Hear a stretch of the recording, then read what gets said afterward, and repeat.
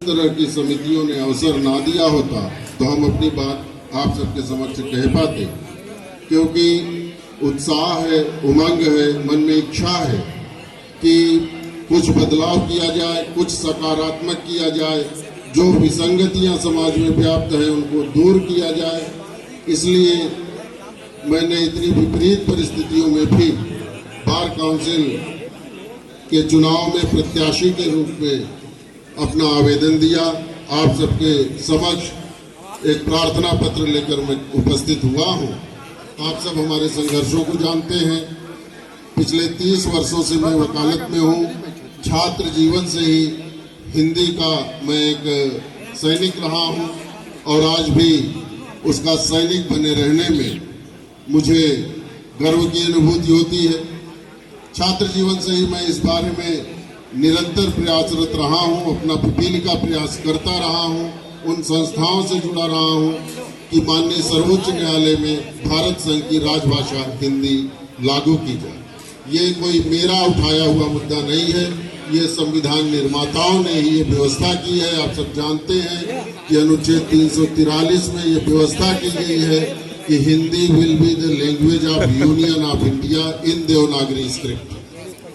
तो हिंदी भारत संघ की भाषा होगी, न कि भारत सरकार की।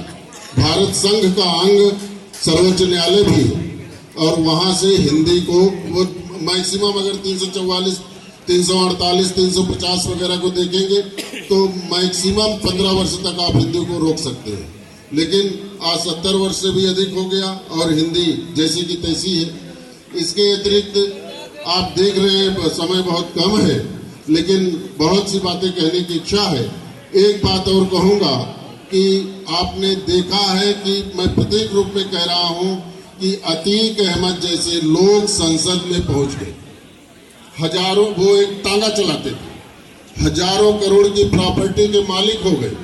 हम और आप अगर इस तरह की विसंगतियां समाज में होंगी, अगर प्रार्थना पत्र देंगे कि इनकी जांच कराई जाए तो मार दिए जाए, कहीं नाले में सड़ते मिलेंगे। ये दायित्व है कि इस तरह का अन्याय, विसंगतियां समाज में न व्याप्त हो। ये न्यायपालिका स्वतः संज्ञान लेकर के और पूछेगी कि ये तांगे वाला जो माफिया बना कैसे 1000 करोड़ की प्रॉपर्टी, क्या सोर्स ऑफ इनकम है इसका। तो न्यायपालिका अपने दायित्वों से बिल्कुल विमुक्त हो गई, विरत हो गई, केवल स्वार्थ साधना में लग गई। न्यायपालिका पे अंकुश कौन लगाएगा? बार काउंसिल लगाएगी। आज न्यायपालिका क्या कर रही है? वो बता रही है कि वकील सांस कैसे लेगा, वकील खाना कब खाएगा, वकील किधर जाएगा, वकील किस बार एसोसिएशन में वोट करेगा। हमारे अधिकारों को छीनने का प्रयास कर रही है न्यायपालिका। बार काउंसिल किस लिए है? बार काउंसिल इसलिए है कि वकीलों पर किसी का अनुशासन नहीं रहेगा। वकीलों से ही चुने हुए लोग उसका अनुशासन करेंगे। और सर्वोच्च न्यायालय बता रहा है कि हम कहाँ वोट करेंगे, हम कहाँ चुनाव लड़ेंगे। हमारे अधिकारों को छीना जा रहा है। बार काउंसिल मौन बन के बैठी रहेगी 5 साल तक। एक मामूली क्लर्क जो IAS होता है, उसको कहते हैं थोड़ा सा बड़ा बाबू। 7 बार काउंसिल के सदस्य हापुड़ कांड में उसके जूते पर गिरे दिखे। ऐसा लगा मैं होता वहां तो मैं झापा डाल देता। वो पान खा करके बैठा था, बटन खोले बैठा था, कोई टिकोरा में उसको। बार काउंसिल के सदस्यों को यह देखना चाहिए था भाई साहब कि उस पोस्ट के सामने हाथ जोड़े खड़े हो गए। दादा 1 मिनट आपको बीच में ब्रेक कर रहे हैं।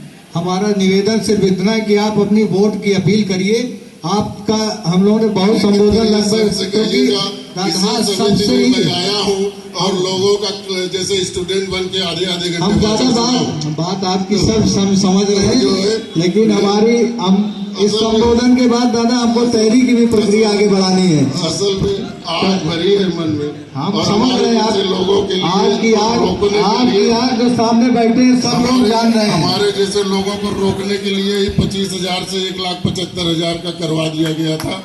और तब भी आप सबके सहयोग से मैं आज आपके सामने हूँ। आप मुझे प्रथम वरीयता को वोट दे रहे हैं, भले टहल किसी के साथ रहे। बहुत से हम जोरदार तालियों से स्वागत करिए। हमारे साथ और इस बहुत से आग को आपको अपना वोट दे के बुझाना है। हमारे साथ ऐसे बहुत से लोग सीने में आग लगी है, मैं टहल तो कहीं उसको रहा आप हूँ, मुझे फोन आ रहे वोट हैं कि चुनाव लड़ोगे तो हरा दिए जाओगे, इसलिए मैं टहल कहीं रहा हूँ। प्रथम वरीयता का मत आपको ही दे रहा हूँ। मैं बहुत घूमा, अपनी सीमित क्षमताओं के बाद भी पूरे उत्तर प्रदेश में घूमा हूँ। मेरा नंबर 270 है, शरद मिश्रा नाम है। सिंधु वहां नहीं लिखवाया हूँ, क्योंकि बाहर मैं सुनता आया हूँ कि भाई लखनऊ में आप प्रथम वरीयता मांगिएगा, गाजियाबाद, हापुड़ और जो है हरदोई या बाराबंकी में आप सेकंड थर्ड ले जाइए।